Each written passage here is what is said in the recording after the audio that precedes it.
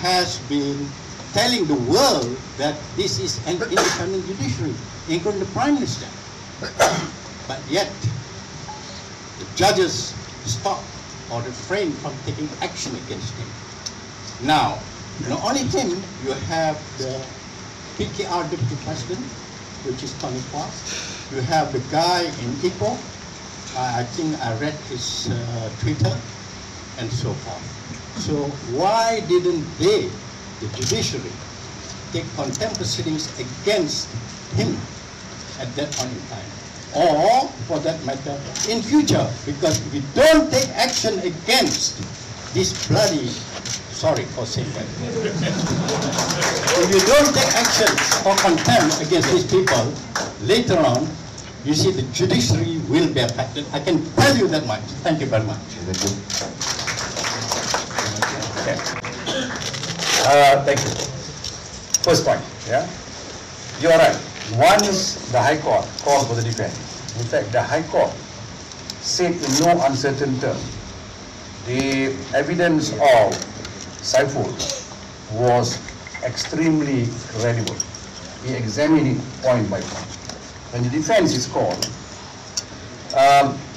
normally, if you do not give a statement from the witness box, your case is so wicked. But Anwar called two experts. Both are Australian. One is completely irrelevant. The other, somebody by the name of Brian McDonald, Dr. Brian McDonald, who the Court of Appeal described as armchair expert. Both of them, armchair, because they have got no clinical work at the time when they give evidence, whereas our DNA expert, day in, day out, they do nothing but DNA. Okay.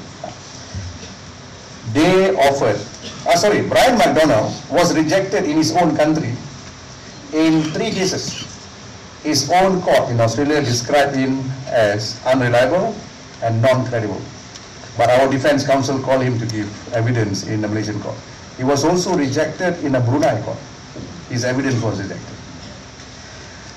If you ask me whether a High Court judge should convict him or not, the answer is yes. That's the reason why the Court of Appeal convicted him reverse very easily, because the only reason the High Court, I do not know why the High Court judge went to that extent, was this. If you imagine this is a plastic bag, it's like a holding bag. The exhibit, 12 exhibit were put inside here. Each one of the exhibit is in a tampered proof bottle, sealed, dimetrai. 12 of them.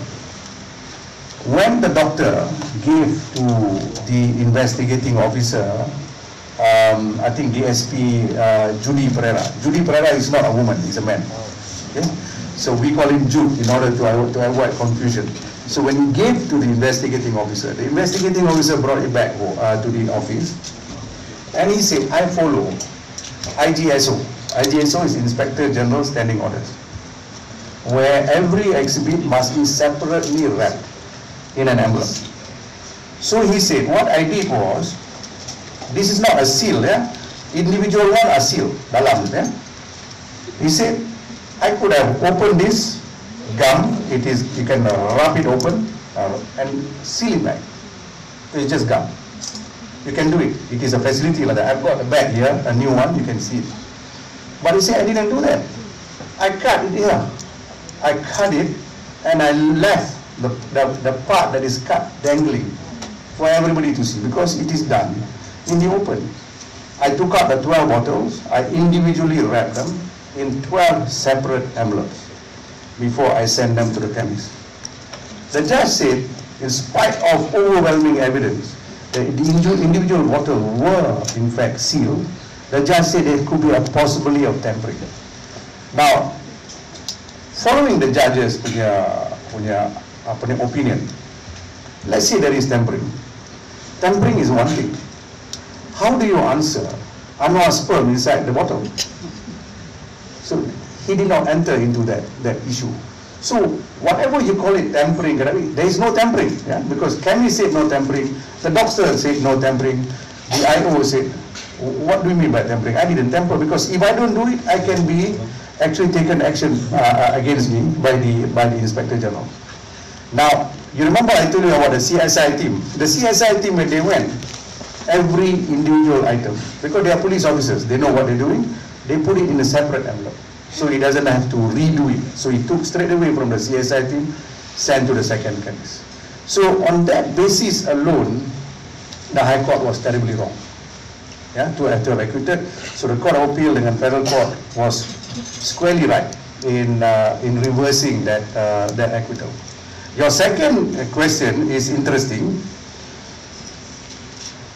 He made political speech everywhere. Okay? Now, in the Federal Court, in lambasted, as you said, the Federal Court, it is definitely contempt, because he said, you have been given a chance to show honesty and things like that, but you fail to take that chance. And instead, you have become part and parcel of the conspiracy. That's a serious allegation. So I was about to stand up when the Chief Justice noticed that I was about to stand up to complain. The Chief Justice on his own said, look, what is irrelevant? I want you to mitigate, not to give a speech. But he behaved like as though he was deaf. He kept on speaking like macam mana, train tak boleh stop. So that's when the judges said, this is nonsense. We're taking an adjournment. We're coming back with the decision of how many years you ought to suffer for this crime. So they didn't run away. The Chief Justice was explaining today, they didn't run away from their job. They just didn't want to hear this nonsense. Now, squarely answering a question, is it contempt? The answer is yes.